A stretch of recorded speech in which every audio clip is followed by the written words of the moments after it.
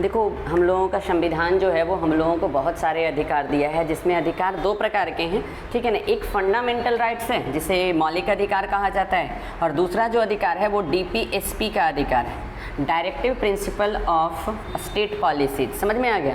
ये स्टेट्स जो हैं अपने आवश्यकता के अनुसार, और अब अगर वो उसे लगता है कि वो सक्षम हो गया है इन अधिकारों को देने में के लिए, तब वो देता है। ये हम लोग इसके लिए कोर्ट के पास नहीं जा सकते हैं। समझ में आ गया। और फंडामेंटल राइट है जिसकी जो है फंडामेंटल राइट्स वो अधिकार है, मौलिक अधिकार इनको बोला जाता है, वैसे अधिकार हैं जिस पर कोर्ट जो है हम लोगों को ये बताता है कि इसके फंडामेंटल राइट्स है, इसका बचाव भी करता है। तो इसके लिए हम लोग हाई कोर्ट जाते हैं और सुप्रीम कोर्ट के पास जा सकते हैं। डायरेक्ट हाई कोर्ट और सुप्रीम कोर्ट के पास जा सकते हैं। भारत के किसी भी व्यक्ति का मौलिक अधिकार अगर खराब हो रहा है, नुकसान हो रहा है, उसके मौलिक अधिकार को वंचित किया जा रहा है उसे उसके मौलिक अधिकार से, तो वो डायरेक्ट हाई कोर्ट या सुप्रीम कोर्ट के पास जा सकता है। लेकिन ये दूसरा जो है ना राइट, हमने बताया कि दो प्रकार के राइट्स दिए गए हैं। समझ में आ गया। एक फंडामेंटल राइट्स है और दूसरा है डीपीएसपी। इसके लिए हम लोग कोर्ट यानी हाई कोर्ट और सुप्रीम कोर्ट जा सकते हैं, किसी का मौलिक अधिकार खत्म हो रहा है तो। समझ में आ गया।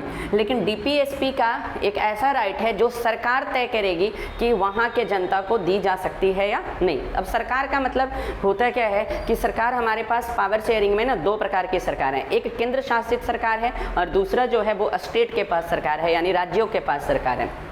तो इसमें बहुत सारे ऐसे चीज़ रखे गए हैं जो कुछ राज्य ने उसको अपना लिया है, तो अभी भी कुछ राज्य इसको अपनाया नहीं है, क्योंकि ये डीपीएसपी प्लान है। डीपीएसपी प्लान अगर किसी को नहीं मिल रहा है, यानी इसका वाला अधिकार नहीं मिल रहा है, तो ये इसके पास नहीं जा सकता है, सुप्रीम कोर्ट और हाई कोर्ट के पास नहीं जा सकता है। तो आप सिंपल वे में समझ लो, जब तुम्हारा अधिकार का हनन हो, फंडामेंटल राइट का हनन हो, तो तुम कहाँ जाओगे? हाई कोर्ट और सुप्रीम कोर्ट के पास। और अगर वह डीपीएसपी का प्लान हो, आपको लग रहा है कि यह अधिकार हमें मिलना चाहिए, लेकिन उसके पास नहीं जा सकते हो, किसके पास? हाई कोर्ट और सुप्रीम कोर्ट के पास। तो कहाँ जाएंगे? रोड पर। समझ में आ गया। जो काम कोर्ट से नहीं वो काम रोड से। समझ में आ गया। इसी को कहा जाता है मूवमेंट करेंगे, और मूवमेंट के थ्रू उन अधिकारों को पाने का प्रयास करेंगे ताकि सरकार पर दबाव डाला जाए। समझ में आ रहा है। अब हम लोग थोड़ा सा, लेकिन इस टॉपिक पे हम लोग नहीं रहेंगे।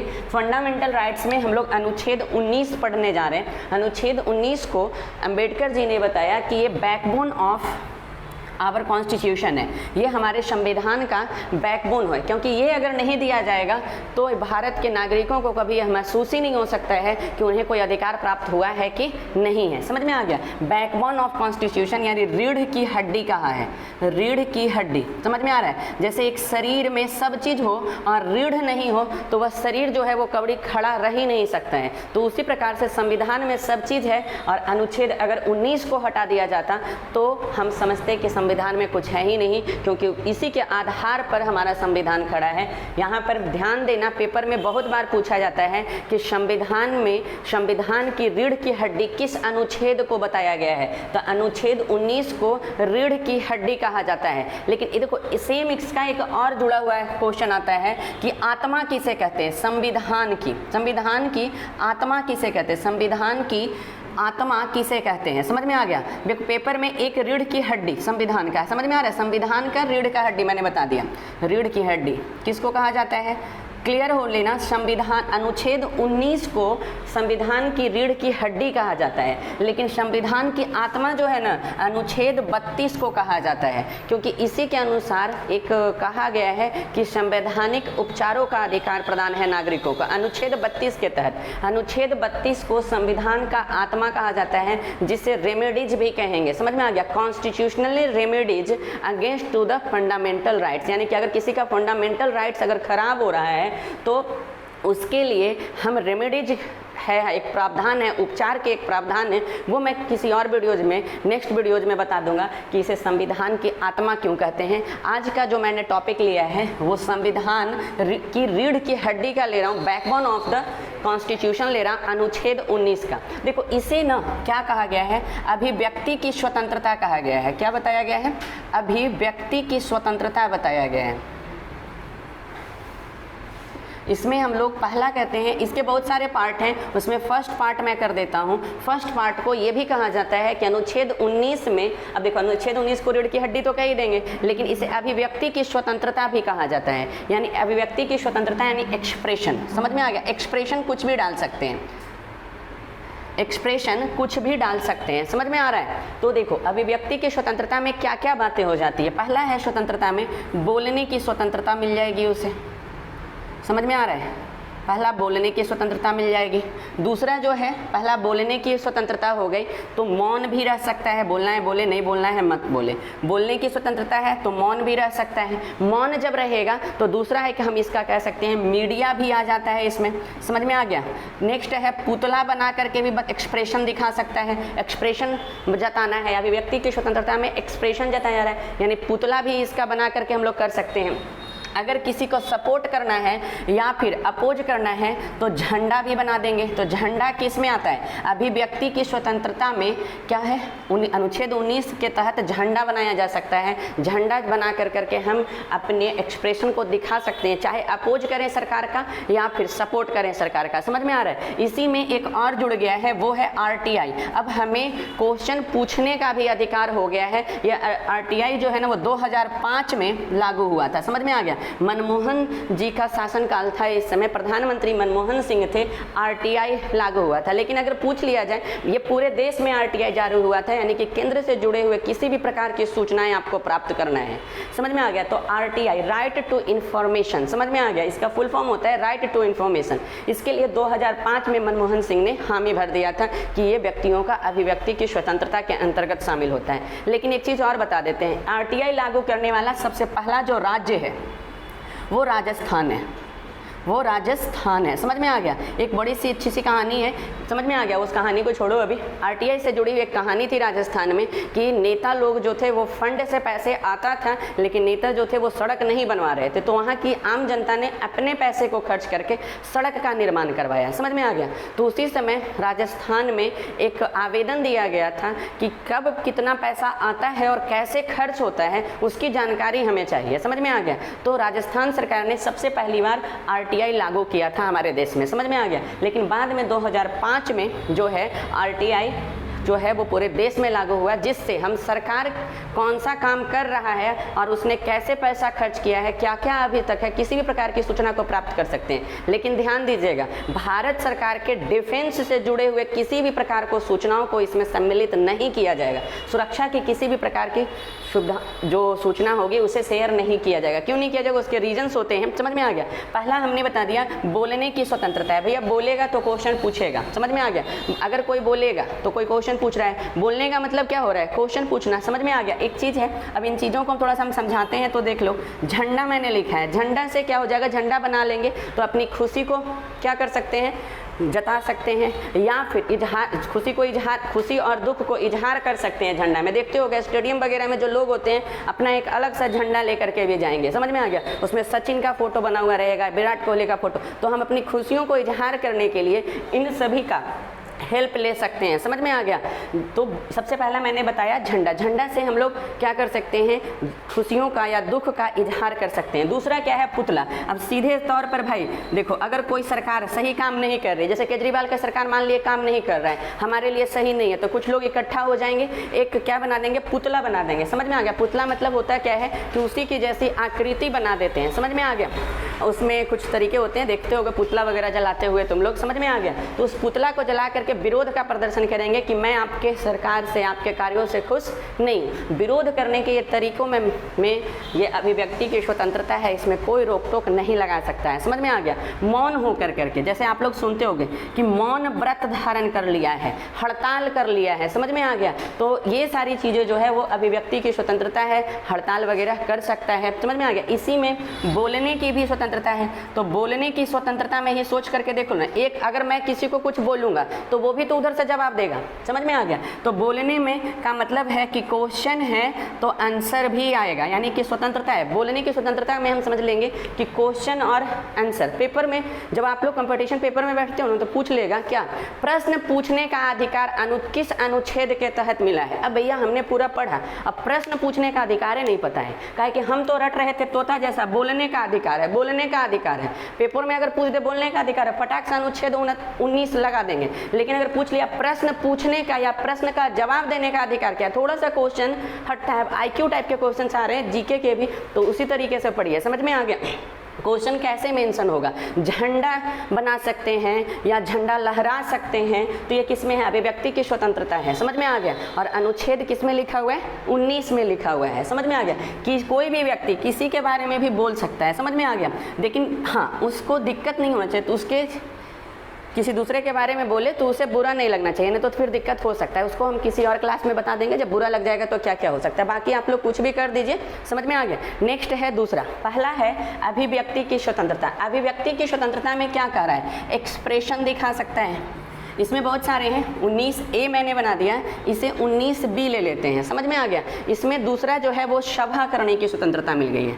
दूसरा क्या है, सभा यानी असेंबल होने की, असेंबल होने की। अब देखो, लोग कुछ बोलेंगे, समझ में आ गया? जैसे मैं कुछ बोल रहा हूँ, तो अगर बोल रहा हूँ तो ये भाषण का रूप भी धारण कर सकता है। भाषण का रूप धारण करेगा यानी बहुत सारे लोग सुनने आ जाएंगे। समझ में आ गया? सुनने आ जाएंगे तो उसी को तो कहेंगे सभा। यानी कि अगर हमें क्या मिला है, अभिव्यक्ति की स्वतंत्रता में बोलने की, एक्सप्रेशन की स्वतंत्रता मिली है, तो जब भी हम एक्सप्रेशन अपना दिखाएंगे या बोलेंगे, भाषण देंगे, समझ में आ गया, तो क्या हो जाएगा, वहाँ पर लोग इकट्ठे हो जाएंगे।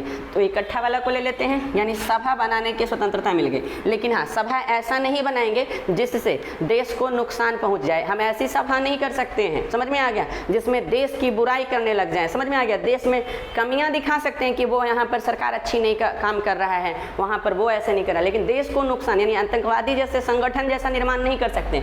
सभा में हम लोग देखो बोले तो क्या बन गया, लोग इकट्ठा हुए तो लोग इकट्ठा हो गए तो क्या बन गया, सभा बन गया। और सभा बन जाएगा तो समझना है, अगला बन जाएगा संगठन। अगला क्या हो जाएगा, संगठन बन जाएगा, यानी ऑर्गेनाइजेशन या एसोसिएशन।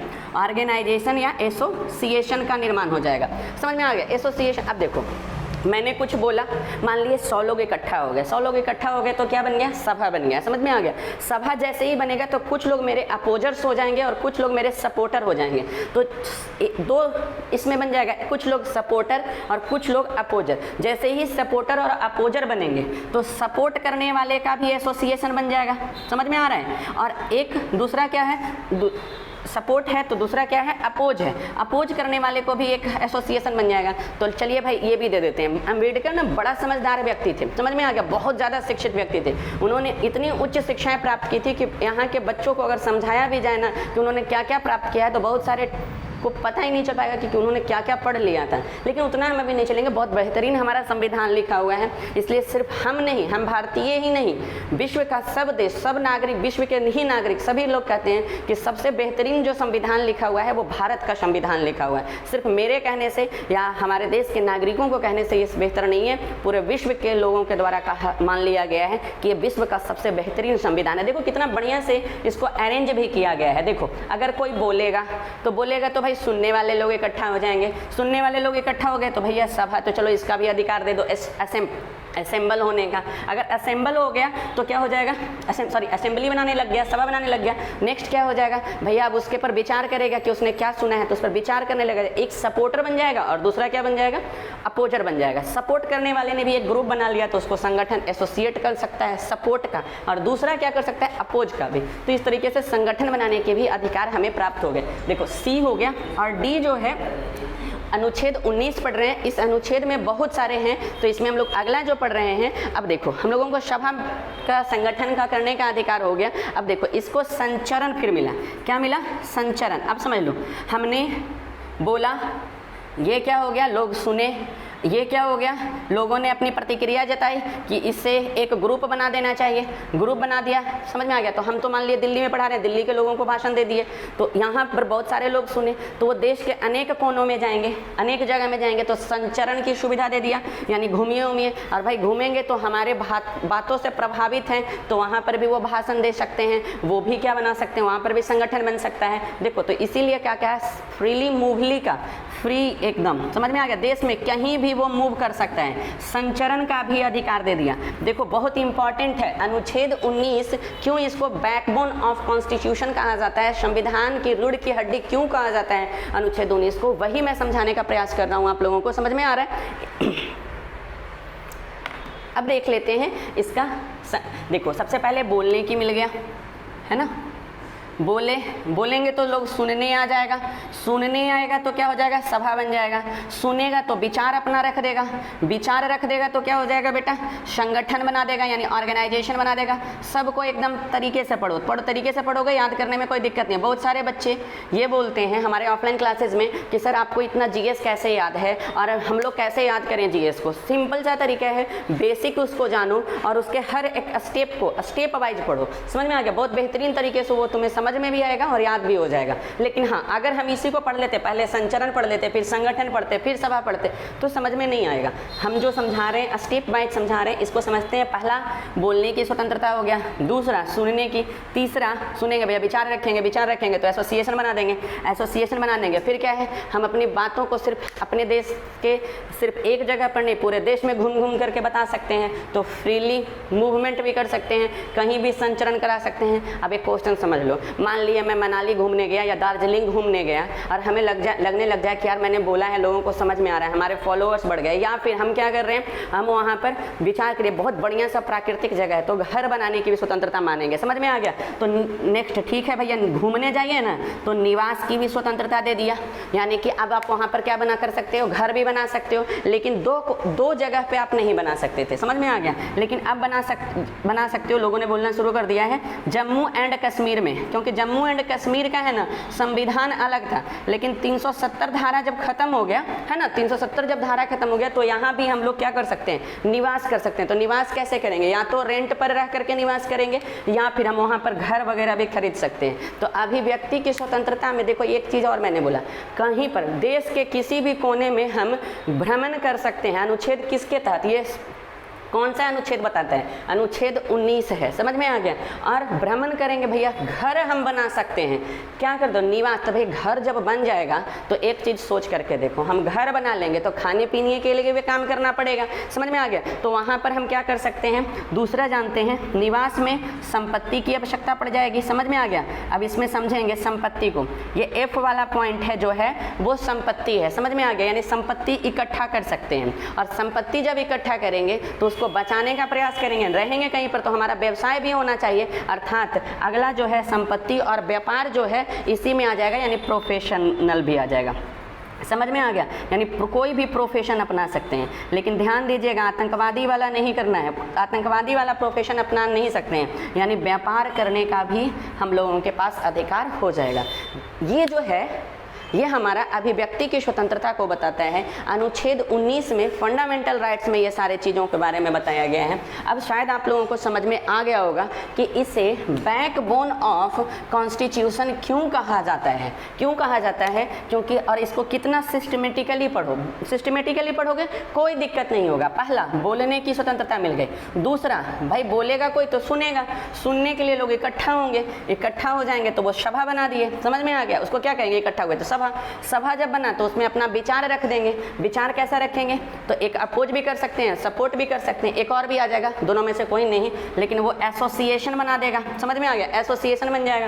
और जैसे ही एसोसिएशन बनेगा तो लोग सोचेंगे हम अपनी बातों को पूरे देश के लोगों को समझाएं, तो वो फ्रीली मूव करेंगे। समझ में, पूरे देश में वो घूम सकते हैं। समझ में आ गया, भाई घूमने जाएंगे, वो जगह अच्छा लग गया तो क्या करें, कहेंगे कि निवास स्थान भी बना लेंगे, ये भी अधिकार दे दिया गया। समझ में आ गया, निवास स्थान जब बनाएंगे वहाँ पर निवास करने लग जाएंगे, तो निवास के लिए क्या हो, यानी कि उन्होंने संपत्ति बना लिया, और संपत्ति बना लिए। अब एक चीज़ और समझते हैं, संपत्ति जब बना लेंगे तो उनको खाने पीने कुछ काम करेंगे तभी तो भाई का वो जिंदा रह सकते हैं या परिवार चला सकते हैं। तो उसके लिए प्रोफेशन भी पूरे देश में वो अपना सकते हैं, कोई भी प्रोफेशन, बस हाँ देश को नुकसान होने वाले प्रोफेशंस को नहीं अपनाएंगे वो। तो ये हमें कौन सा अधिकार मिला है, बैकबोन ऑफ कॉन्स्टिट्यूशन से, अनुच्छेद 19 से मिला है। इसको एकदम गेट बाय हार्ट याद कर जाइए। एक क्वेश्चन तो पेपर में, किसी भी कंपटीशन पेपर में बैठ जाइए, एक क्वेश्चन इससे रिलेटेड होता ही है। मैंने इस वीडियो में समझाने का प्रयास किया है कि फंडामेंटल राइट का अनुच्छेद 19 यानी कि हमारा अभिव्यक्ति की स्वतंत्रता क्या बताता है। समझ में आ गया। अगले वीडियो में मैं डालने वाला हूं कि अगर किसी के मौलिक अधिकार का हनन हो रहा है या कोई हनन कर रहा है तो इसका उपचार कैसे किया जाएगा। समझ में आ गया। अगर किसी ने गलती की है तो उसकी गलतियों का समाधान कैसे निकाला जाएगा, तो इसे अनुच्छेद 32 में पढ़ेंगे हम लोग। कौन से अनुच्छेद में पढ़ेंगे? अनुच्छेद 32 में पढ़ेंगे। तो इसको मैं नेक्स्ट वीडियो में बना करके बताने वाला हूं कि अनुच्छेद 32 क्या है, रेमेडीज क्या है हमारे कॉन्स्टिट्यूशनली। तो आज की वीडियो यहाँ पर मैं समाप्त कर रहा हूँ। आई थिंक समझ में आ गया है, तो और भी सब्सक्राइब करो और भेजो ताकि ज़्यादा से ज़्यादा लोगों को इसे समझ में आ जाए।